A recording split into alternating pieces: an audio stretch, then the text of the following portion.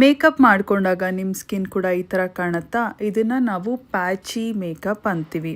So ನಿಮ್ಮ makeup ಈ ಥರ ಏನಕ್ಕಾಗತ್ತೆ ಅಂದರೆ, ಒಂದು ನೀವು ಮೇಕಪ್ ಮಾಡ್ಕೊಳ್ಳೋದಕ್ಕಿಂತ ಮೊದಲು ಒಂದಷ್ಟು ಸ್ಕಿನ್ ಪ್ರೆಪ್ ಅಂತ ಇರುತ್ತೆ. ಅದನ್ನು ಸರಿಗೆ ಮಾಡಿಲ್ಲ ಅಂದರೆ, ಸರಿಯಾಗಿರುವಂಥ ಪ್ರಾಡಕ್ಟ್ನ ನೀವು ಚೂಸ್ ಮಾಡಿಲ್ಲ ಅಂದರೆ, ಮತ್ತು ಸರಿಗೆ ಬ್ಲೆಂಡ್ ಮಾಡಿಲ್ಲ ಅಂದರೆ, ಇನ್ನೂ ಮೇಕಪ್ ನೀಟಾಗಿ ಸೆಟ್ ಆಗಿಲ್ಲ ಅಂದರೆ ಆ ರೀತಿಯಲ್ಲಿ ಆಗುತ್ತೆ.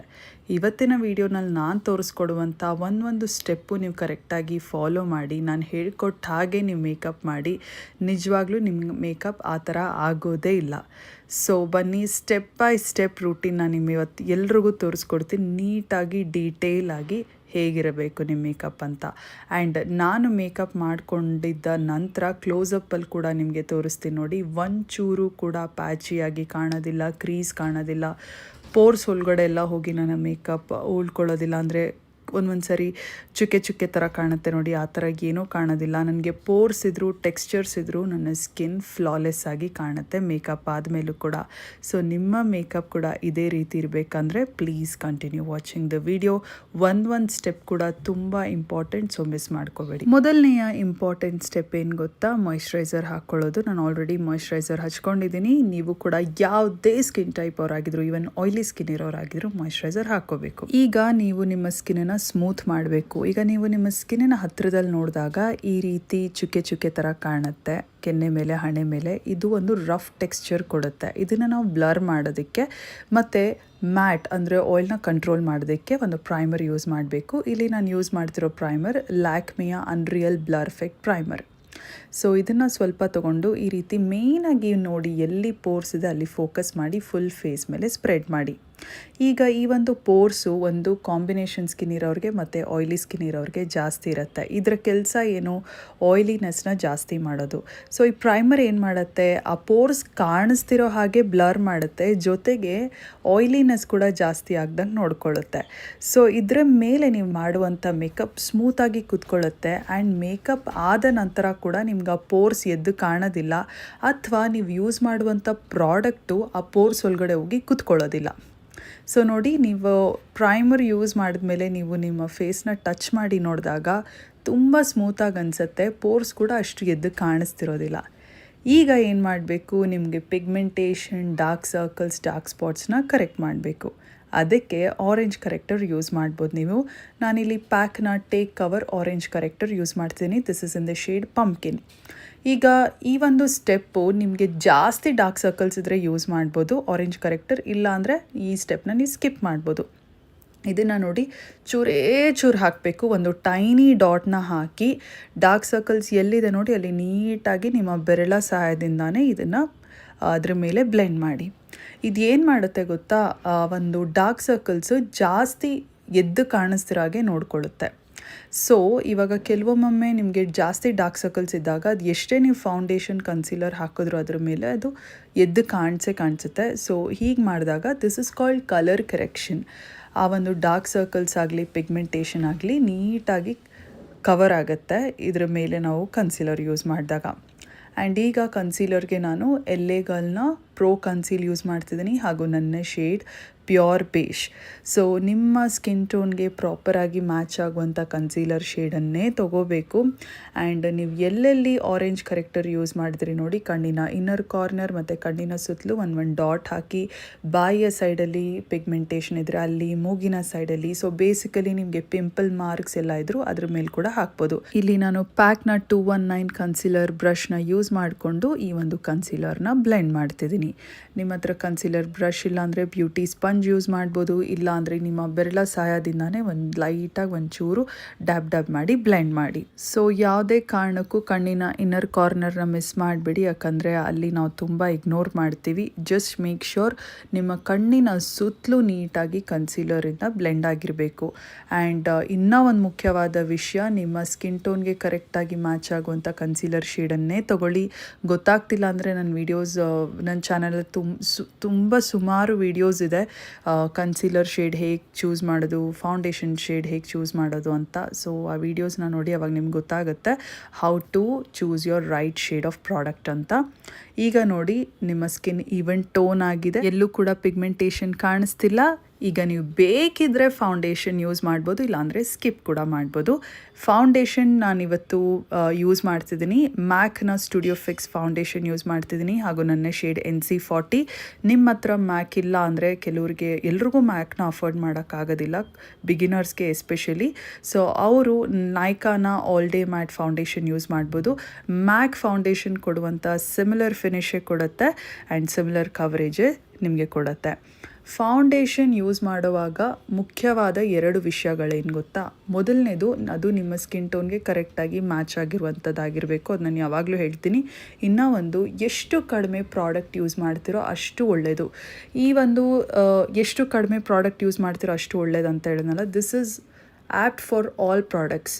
ಆರೆಂಜ್ ಕರೆಕ್ಟರ್ ಆಗಿರ್ಬೋದು, ಕನ್ಸೀಲರ್ ಆಗಿರ್ಬೋದು, ಫೌಂಡೇಶನ್ ಆಗಿರ್ಬೋದು, ಅದು ಏನೇ ಪ್ರಾಡಕ್ಟ್ ಆದರೂ ಮೇಕಪ್ ಅಂತ ಬಂದಾಗ ಕಡಿಮೆ ಪ್ರಾಡಕ್ಟನ್ನೇ ಯೂಸ್ ಮಾಡಿ, ಬೇಕಿದ್ದರೆ ನೀವು ಮತ್ತೆ ಇನ್ನೊಂಚೂರು ಹಾಕ್ಕೋಬೋದು. ಸೊ ಇದನ್ನು ನಾನು ಬ್ಲೆಂಡ್ ಮಾಡೋದಕ್ಕೆ ನಾನು ಯೂಸ್ ಮಾಡಿದಂಥ ಬ್ರಷ್ ನೀವು ನೋಡ್ಕೊಂಡ್ರಿ ಅನಿಸುತ್ತೆ. This is pack foundation blending brush. Brush ಯಾವುದು ಯೂಸ್ ಮಾಡೋದು ಗೊತ್ತಾಗ್ತಿಲ್ಲ ಅಂದರೆ ಜಸ್ಟ್ ಬ್ಲೈಂಡಾಗಿ ಪ್ಯಾಕ್ ಬ್ರಷಸ್ನ ತೊಗೊಳ್ಳಿ, ದರ್ ಅಮೇಝಿಂಗ್. ಇಲ್ಲ ಅಂದರೆ ಪ್ಯಾಕ್ನ ಬ್ಯೂಟಿ ಸ್ಪಂಜ್ ಒಂದು ತೊಗೊಳ್ಳಿ, ಅದನ್ನು ನೀರಲ್ಲಿ ಅದ್ದಿ ಎಕ್ಸ್ಟ್ರಾ ನೀರನ್ನು ಹಿಂಡಿಬಿಟ್ಟು ಆಮೇಲೆ ಅದನ್ನು ಯೂಸ್ ಮಾಡಿ. ಸೊ ಬ್ರಷ್ನ ಅಫೋರ್ಡ್ ಮಾಡೋಕ್ಕಾಗೋದಿಲ್ಲ ಅಂದರೆ ಒಂದು ಬ್ಯೂಟಿ ಸ್ಪಂಜ್ನ ತೊಗೊಳ್ಳಿ. ಒಂದು ಬ್ಯೂಟಿ ಸ್ಪಂಜ್ ಇದ್ದರೆ ಸಾಕು, ನಿಮ್ಮ ಎಲ್ಲ ಕನ್ಸೀಲರ್, ಫೌಂಡೇಶನ್, ಆರೆಂಜ್ ಕರೆಕ್ಟರ್ ಎಲ್ಲ ಕೂಡ ಅದರಲ್ಲೇ ಬ್ಲೆಂಡ್ ಮಾಡ್ಬೋದು. So coming back to the point, ನೋಡಿ ಇವಾಗ ನೀಟಾಗಿ ಫೌಂಡೇಶನ್ ಬ್ಲೆಂಡ್ ಮಾಡಿದ್ದೀನಿ. ಈ ರೀತಿ ಎಡ್ಜಸ್ ಇರುತ್ತೆ ನೋಡಿ, ಜಾ ಲೈನ್ ಆಗಿರ್ಬೋದು, ಹಣೆ ಮೇಲಾಗಿರ್ಬೋದು, ಅಲ್ಲಿ ನೀಟಾಗಿ ಫೌಂಡೇಶನ್ ಬ್ಲೆಂಡ್ ಮಾಡಿ, ಇಲ್ಲಾಂದರೆ ಅಲ್ಲಿ ಪ್ಯಾಚಿಯಾಗಿ ಕಾಣುತ್ತೆ. ಸೊ ಈಗ ನಾನು ಕ್ಲೋಸಪ್ಪಲ್ಲಿ ತೋರಿಸ್ತೀನಿ ನೋಡಿ, ಪೋರ್ಸ್ ಒಳಗಡೆ ಎಲ್ಲ ಹೋಗಿ ಕೂತಿಲ್ಲ ನನ್ನ ಮೇಕಪ್. ಫೌಂಡೇಶನ್ ನೀಟಾಗಿ ಬ್ಲೆಂಡ್ ಆಗಿದೆ, ಈ ರೀತಿಯಲ್ಲೇ ಕಾಣಿಸ್ಬೇಕು.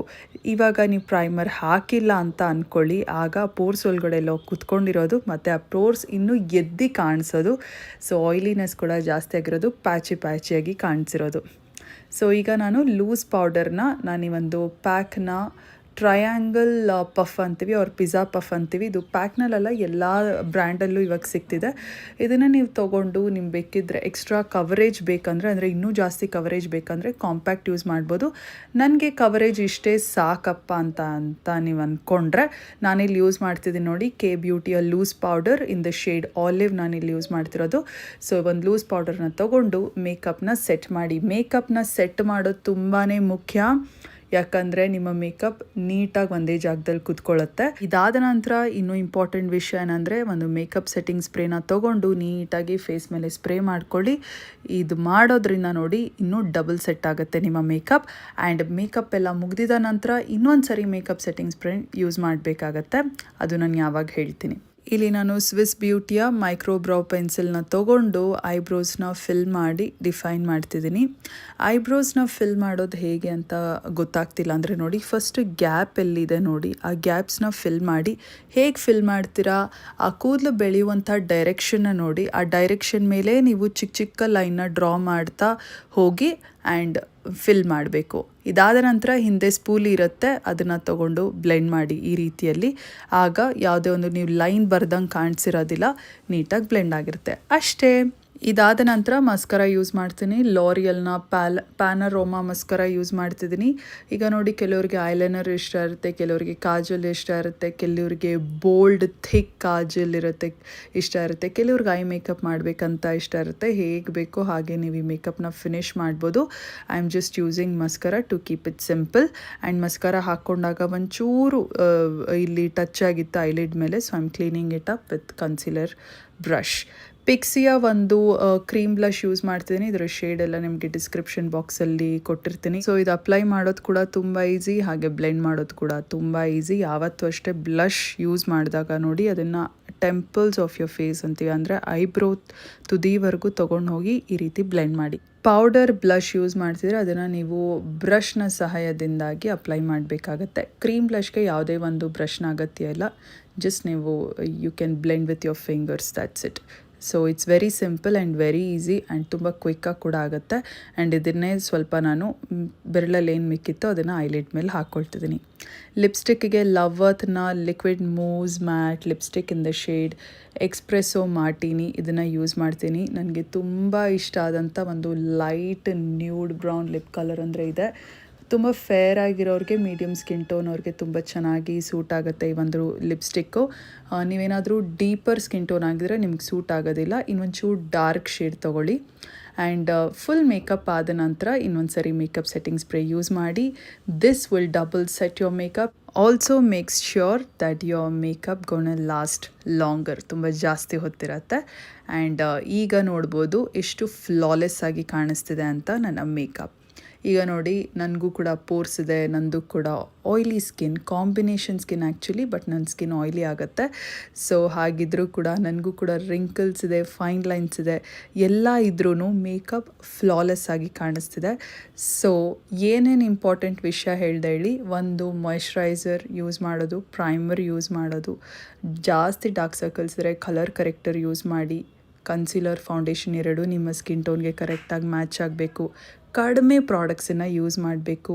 ಸೊ ಮೇಕಪ್ ರಿಯಲಿಸ್ಟಿಕ್ ಆಗಿ ಹೇಗೆ ಕಾಣುತ್ತೆ ಅಂದರೆ, ಹತ್ತಿರದಿಂದ ನೋಡಿದವ್ರಿಗೆ ಹೇಗೆ ಅನಿಸುತ್ತೆ ಅಥವಾ ನೀವೇ ಹತ್ತಿರದಿಂದ ನೋಡಿದಾಗ ಹೇಗೆ ಅನಿಸುತ್ತೆ ಅಂದರೆ ಈ ರೀತಿಯಾಗಿ ಕಾಣುತ್ತೆ.